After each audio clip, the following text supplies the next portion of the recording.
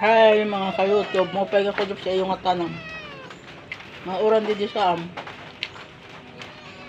pero bugos naman yata ang bansa, mauran. Itong pusa namin, napakagulo.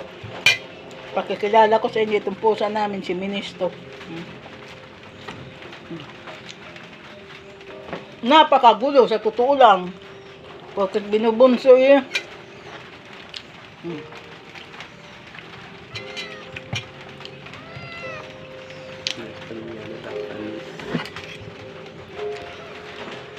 Doon ka nga, Minis. Kain kayo, kamuting kahoy. Ilan na lang.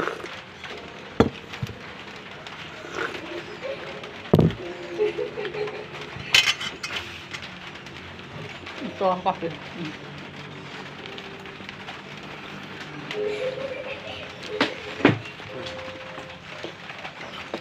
Salamat sa lahat ng nagsusubscribe sa akin. Ako ka nag-comment. Mayroong 3 piraso yata ang nag-comment sa akin.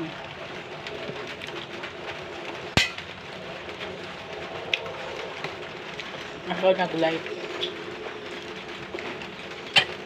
Sana itong video nga ito pag ipinost ko, panoorin ninyo.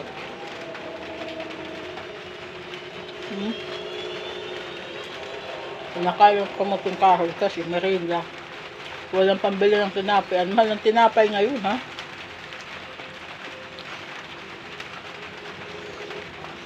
Yung 5 piso dati, 6 na piso na ngayon, binawasan pa. Binawasan malaki. Eh, pag isang subuan ko na lang yung 6 na piso ngayon eh. Dati, 5 piso, 3 subuan ko nga, isa na lang. Kasi, nagmahal. Eh, pag ganit pa man nga maulan, di gaano. Mahapdyantiyan mo. Ang gusto mo lagi kumain. Kaya nagpalaga ko, naglaga kami ng kamote para habang hindi makapagtrabaho, sa bahay lang, makakain ng kamote. Mabusog na. May bigas kami pero walang pambili ulam. May kape pero ang ulam walang. Mahal naman kasi ng ulam. Kaninang umaga niluto na namin ay bulang-ulang. Saka tuyo. Ay naubos ng tuyo. Sana bukas umaraw na at nang makapaghanap buhay na. Maraming salamat pala sa inyo. Mag-subscribe naman kayo, wala namang bayad yun. At saka mag-like kayo at saka mag-comment, mag-share, wala namang bayad.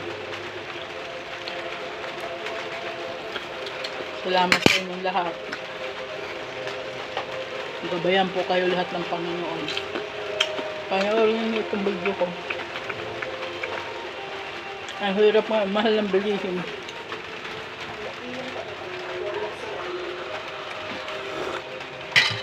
Tumaas na lahat ng bagay, tumaas na eh.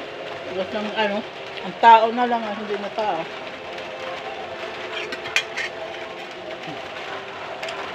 Kaya napakahirap, sa totoo, napakahirap mag-budget.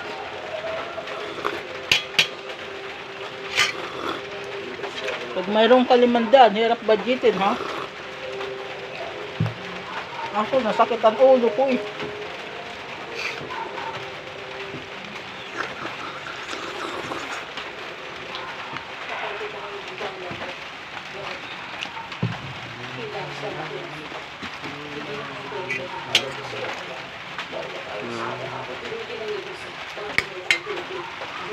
Maraming salamat sa inyo. I-follow din niyo ako sa aking Facebook account, Leticia Panida, at saka i-subscribe niyo ako. Maraming salamat sa inyo lahat. Gabayan kayo lahat ng Panginoon. Mga kulot sa iyong tanan.